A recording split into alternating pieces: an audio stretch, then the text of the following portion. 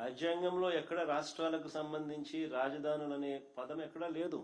గత last week జరిగిన హడావిడి అసెంబ్లీ అంటూ హడావిడి, ఆ నేపథ్యంలో జరిగిన చర్చ, వాటికి సంబంధించి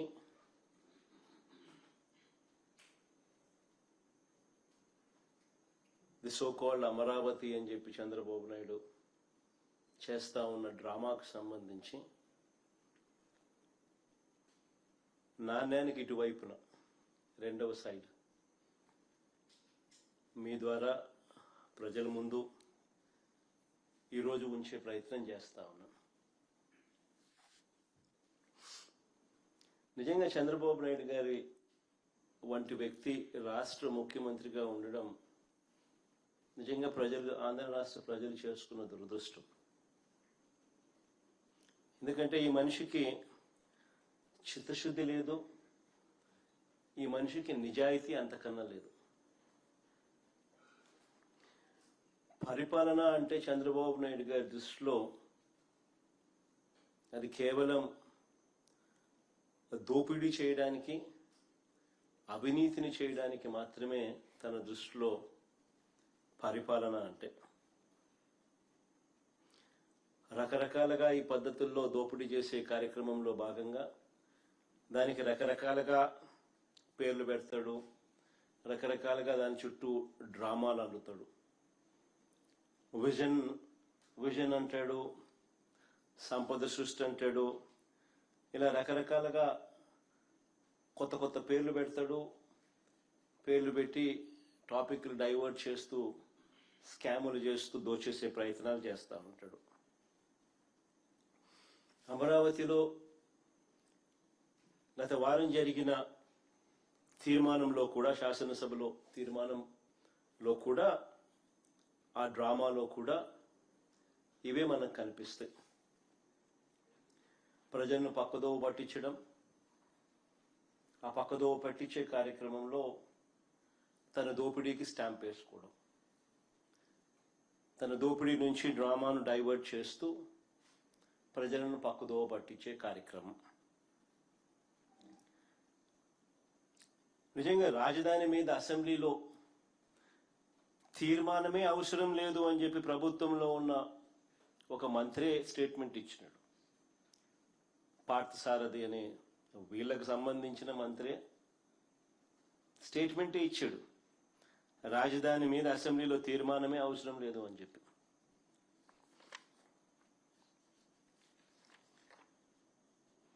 నేను అడుగుతా ఉన్నా, అసలు రాజ్యాంగంలో రాజధాని అనే పదం ఎక్కడైనా ఉందా అని? రాజ్యాంగంలో ఎక్కడ రాష్ట్రాలకు సంబంధించి రాజధానులు అనే పదం ఎక్కడా లేదు. దేశానికి మాత్రమే రాజధాని ఉంటుంది తప్ప రాష్ట్రాలకు రాజధాని అనేది కాన్స్టిట్యూషన్లో లేదు.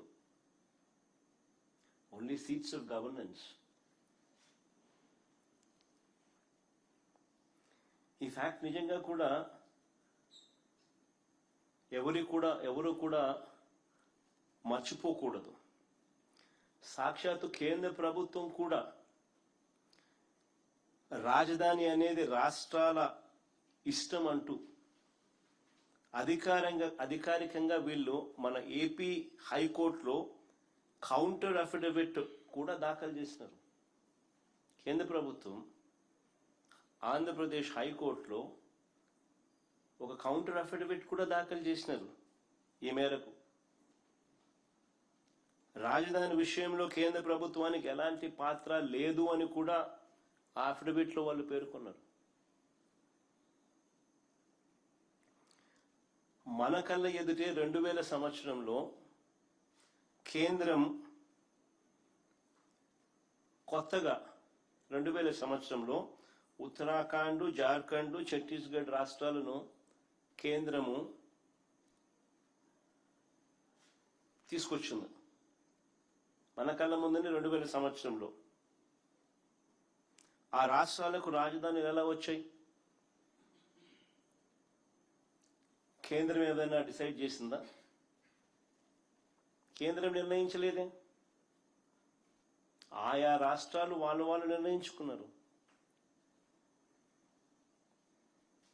మరి ఎవరికి వర్తించింది కేవలం మనకు మాత్రమే ఎందుకు వర్తిస్తా ఉంది, ఎలా వర్తిస్తా ఉంది?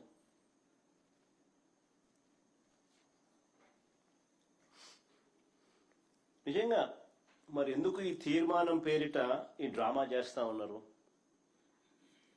మరి 7 ఏళ్లుగా నేను చంద్రబాబు నాయుడు గారిని అడుగుతా ఉన్నా, మరి 7 ఏళ్లుగా మీరే ముఖ్యమంత్రిగా ఉండి, మొదటి టర్మ్ 5 సంవత్సరాలు, తర్వాత ఇప్పుడు 2 సంవత్సరాలు,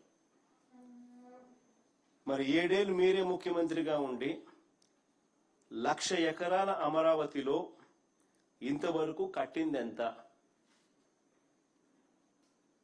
1,00,000 ఎకరాల అమరావతిలో ఈయన 7 ఏళ్ళు ముఖ్యమంత్రిగా ఉంటూ అమరావతి అనేది తన పెట్ ప్రాజెక్ట్ అంటూ తాను నినాదమిస్తూ తాను ఇంతవరకు కట్టింది ఎంత? నిజంగా సెల్ఫ్ ఫైనాన్స్ ప్రాజెక్ట్ అయిందా ఇది? నిజంగా అమరావతి అని సెల్ఫ్ ఫైనాన్సా? ఈయన డబ్బా కొడతానట్టుగా కొట్టినట్టుగా?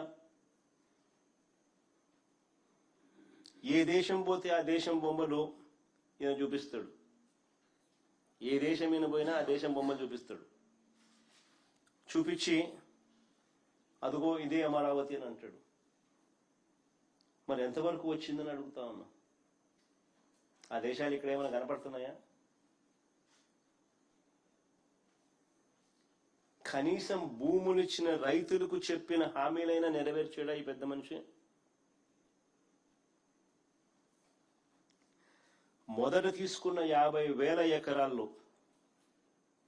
వెరీ ఇంపార్టెంట్ ఇది, మొదట తీసుకున్న 50,000 ఎకరాల్లోనే రోడ్లు, కేవలం రోడ్లు, కరెంటు, డ్రైనేజ్ అంటే సీవరేజ్, వాటర్, వీటి కల్పనకి అయ్యే ఖర్చు చంద్రబాబు నాయుడు గారి స్వయాన లెక్కల ప్రకారమే, ఈయనే కేంద్ర ప్రభుత్వానికి ఇచ్చిన లెక్కలు, ఈయనే వివిధ బ్యాంకులకు ఇచ్చిన లెక్కల ప్రకారమే ఎకరాకు 2 కోట్లు అవుతుంది అని చెప్పాడు. అంటే 50,000 ఎకరాలకు అయ్యే 1,00,000 కోట్లకే దిక్కు లేదనుకుంటే,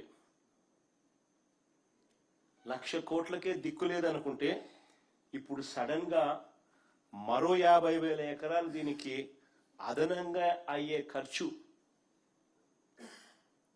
దీనికి సడన్ గా అదనంగా మరో 50,000 ఎకరాలు యాడ్ చేస్తున్నాడు. ఇంతకు ముందున్న 50,000 ఎకరాలు దానికయ్యే మళ్ళా అదనంగా మరో 1,00,000 కోట్ల రూపాయలు. ఇలా అమరావతిని ఎందుకు పెంచాల్సి వస్తా ఉంది, ఎందుకు పెంచుకుంటూ పోతున్నారు? ఆ డబ్బులు ఎలా వస్తాయి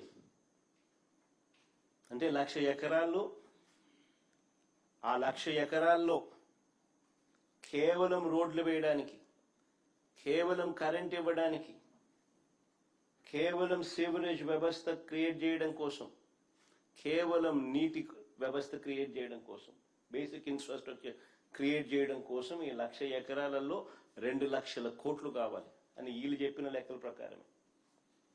మరి ఈ డబ్బులు ఎలా వస్తాయి? ఎన్ని సంవత్సరాలు పడుతుంది? ఎన్ని దశాబ్దాలు పడుతుంది?